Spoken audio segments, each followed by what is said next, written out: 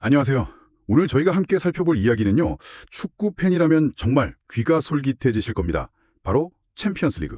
그 꿈의 무대에 관한 건데요. 네, 근데 오늘은 좀 특별합니다. 맞아요. 흔히 아는 그런 빅클럽 말고요. 조금은 낯선 이름의 팀들. 카자흐스탄의 FC 카이라트, 키프로스의 파포스 FC, 덴마크 FC 코펜하겐, 그리고 벨기에 위니옹 생질로아즈. 이른바 사포트 팀들이죠. 네, 그렇죠. 챔피언스리그 조추첨 때 시드가 가장 낮아서 상대적으로 좀 불리한 대지를 받을 수밖에 없는 팀들인데요. 네, 바로 이 팀들을 이끄는 감독 4명, 라파엘 우라즈 박틴, 후안 카를로스 카르세도, 야쿠프 네스트룹, 그리고 다비드 위베르.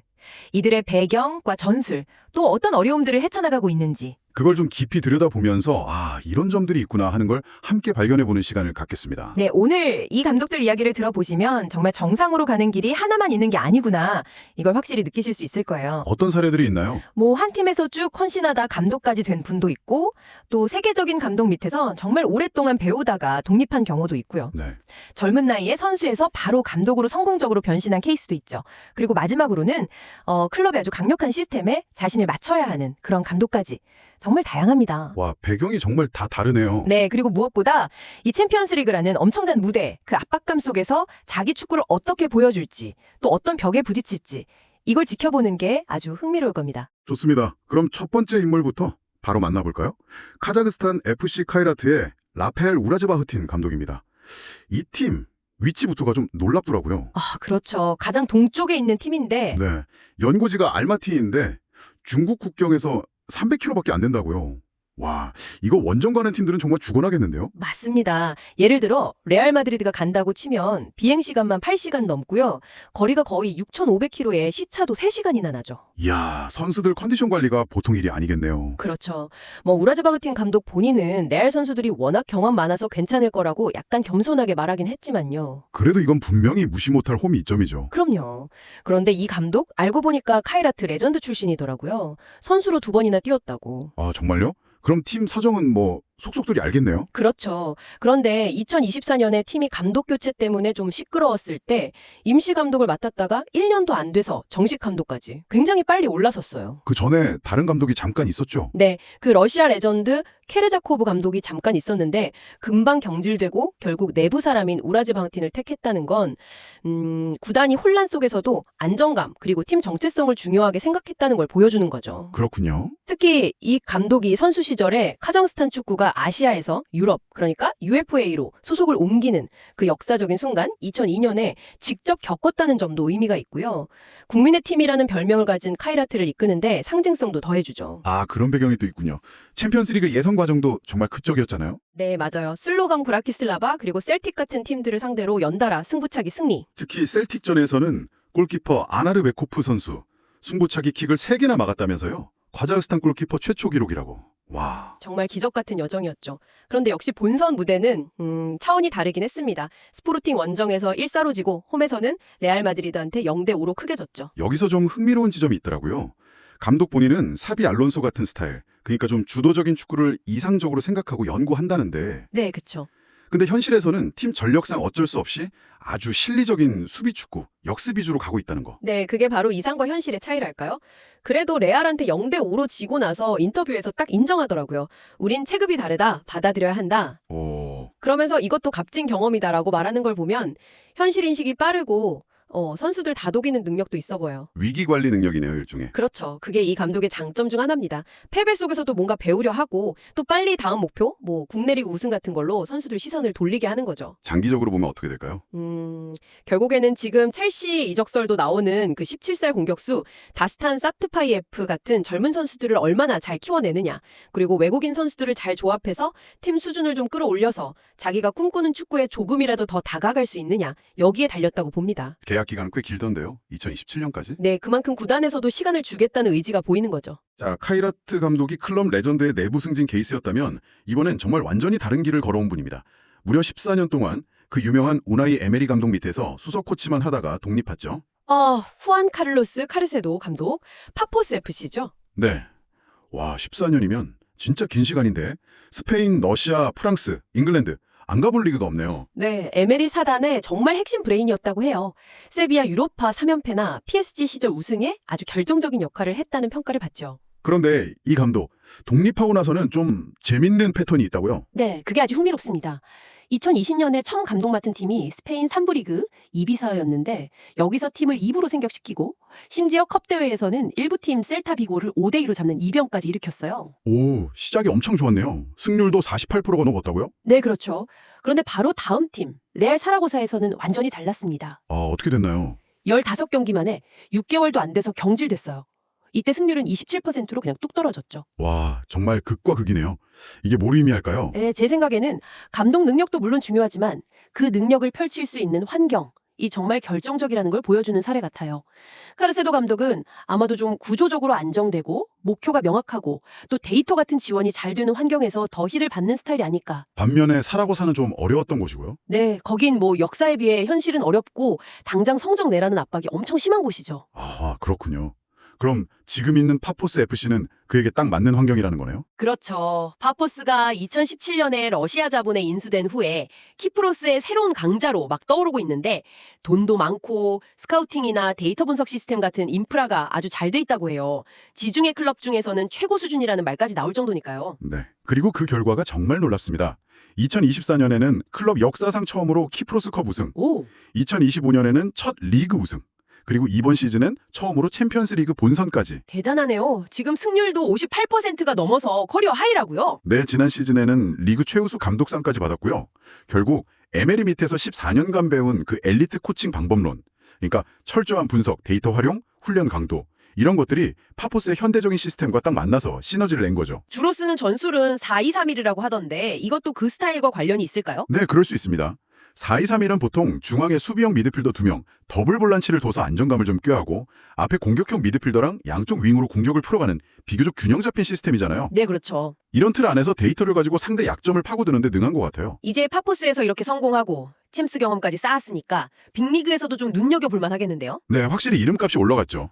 특히 좀 재정적으로 안정되고 장기적인 프로젝트를 하는 라리가라 리그1 중상위권 팀들한테는 매력적일 수 있어요. 다만 사라고사 때 경험이 있으니 신중하게 고르겠네요. 그렇죠. 당장 성적 내라는 압박보다는 좀 팀을 만들어갈 시간을 줄 수 있는 곳을 찾지 않을까 싶습니다. 자, 세 번째 감독으로 넘어가 보겠습니다. 덴마트 FC 코펜하겐의 야코프 네스트룹 감독.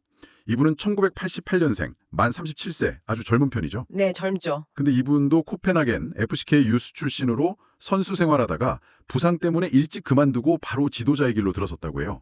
심지어 FCK 유소년 팀 감독으로 무패 우승까지 했다니 정말 뼛속까지 FCK맨이네요. 네, 맞습니다. 네스트럭 감독 경력은 그냥 클럽 DNA 그 자체예요. FCK 유소년 코치 5년에 1군에서는 그 명장 솔바켄 감독 밑에서 보조 코치도 했고 아, 솔버캔 밑에서도 있었군요. 네, 그리고 잠시 덴마크 2부 리그 비보르 FF 감독으로 나가서 팀을 아주 성공적으로 이끌었어요.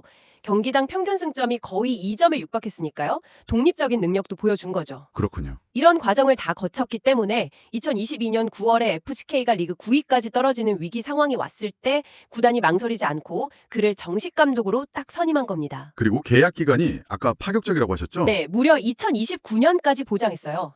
이건 그냥 감독이 아니라 클럽의 미래를 같이 만들어갈 파트너로 인정한 거죠. 와, 2029년까지. 정말 대단한 신뢰네요. 그리고 그 믿음에 제대로 보답했죠. 네, 바로 그 시즌에 리그 9위 팀을 맡아서 리그랑 컵 더블 우승을 시켰고요. 지난 시즌 2024-25 시즌에도 또 더블을 했어요. 근데 진짜 하이라이트는 역시 2-3-4 시즌 챔피언스리그 아니었을까요? 그렇죠. 바이에른 미넨, 맨체스터 유나이티드, 갈라타사라이 이런 팀들하고 한 조에서 살아남아서 16강에 갔다니 와, 특히 홈에서 메뉴 4-3으로 이긴 경기는 저도 그때 보면서 막 소름이 돋더라고요. 정말 대단했죠. 그런 성공 뒤에는 네스트룹 감독의 아주 정교한 전술이 있었습니다. 기본 틀은 4-3-3인데요. 네. 상황에 따라서 선수들 위치를 정말 유기적으로 바꿔요. 예를 들면 뒤에서 빌드업할 때는 수비형 미드필더가 센터백 사이로 내려와서 순간 3넥처럼 만들기도 하고요. 아, 그런 움직임? 네, 또 오른쪽 윙어가 안으로 들어오면 오른쪽 풀백이 아주 과감하게 높이 올라가는 약간 비대칭적인 움직임도 보여주고요. 이걸로 상대 압박을 벗어나고 공격 루트를 다양하게 만드는 거죠. 듣기만 해도 좀 복잡한데요. 그렇게 너무 정교하면 오히려 선수들이 좀 힘들어하거나 아니면 상대가 예상 못한 전술로 나왔을 때 좀 당황할 수도 있지 않을까요? 너무 틀에 갇히는 건 아닌지. 그거 아주 좋은 지적이세요. 실제로 그의 전술은 정교한 구조적 유동성이라고 표현할 만큼 복잡한 면이 분명히 있어요. 빌드업 때는 말씀하신 것처럼 1-3-2-5 같은 형태로 바꿔서 안정감이랑 숫자 싸움에서 유리하게 가고, 네. 공격할 때는 그 하프 스페이스라고 하는 공간 침투나 박스 근처에 선수들을 딱 배치해서 세컨드 볼이나 컵백까지 다 대비하는 아주 디테일하죠. 수비할 때도 그냥 막 달려드는 게 아니라 상대가 특정 방향으로 패스하게끔 유도하는 영리한 압박을 써요. 아, 압박도 그냥 하는 게 아니군요. 네, 앞선 3명이 좁게 서는 형태로 그래서 덴마크 리그에서 기대 실점, XGA가 가장 낮은 팀 중 하나예요. 기대 실점이라는 게 경기 내용상 얼마나 골 먹힐만 했나 이건데, 이게 낮다는 건 그만큼 찬스를 잘 안 내준다는 뜻이죠. 와, 그럼 약점은 없는 건가요? 하지만 말씀하신 것처럼 너무 복잡한 게 독이 될 수도 있죠. 그래서 네스트룹 감독의 또 다른 강점이 바로 경기 중에 수정하는 능력입니다. 좀 불리한 상황에서도 선수 위치나 역할을 바꿔서 흐름을 다시 가져오는 걸 여러 번 보여줬어요. 아, 그러니까 시스템은 정교한데 그걸 또 유연하게 운영할 줄도 안다는 거군요. FCK 보도진도 그가 젊은 선수들을 크럴 방향에 맞게 잘 키운다고 칭찬했다던데? 네, 정확합니다.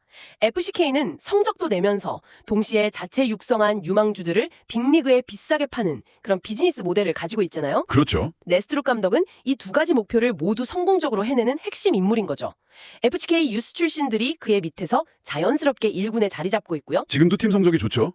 네, 지금도 리그 상위권이고 또 챔피언스 리그 본선에 진출해 있으니까요. 이제 과제는 이런 높은 수준의 성공을 얼마나 꾸준히 이어가느냐겠죠. 2029년까지 계약 기간이 있으니 정말 FCK 왕조를 만들 수 있을지 지켜봐야죠. 자, 이제 마지막 인물입니다. 벨기에 위니용 생질로아즈의 다비드 위베르 감독. 이분은 정말 따끈따끈한 소식이에요. 바로 이번 주 월요일 10월 13일에 임명됐다고요? 네, 정말 갑작스러웠죠. 전임 감독이 모나코로 가면서. 네, 지난 시즌 벨기에 챔피언이고 지금도 리그 1위인 팀의 주의봉을 정말 급하게 잡게 됐어요. 이분도 네스트룹 감독처럼 37세로 젊고 선수 시절에는 KRC 행크 주장이었고 우승 경험도 있네요. 네, 그런데 이 감독의 최근 커리어가 좀 불안정합니다.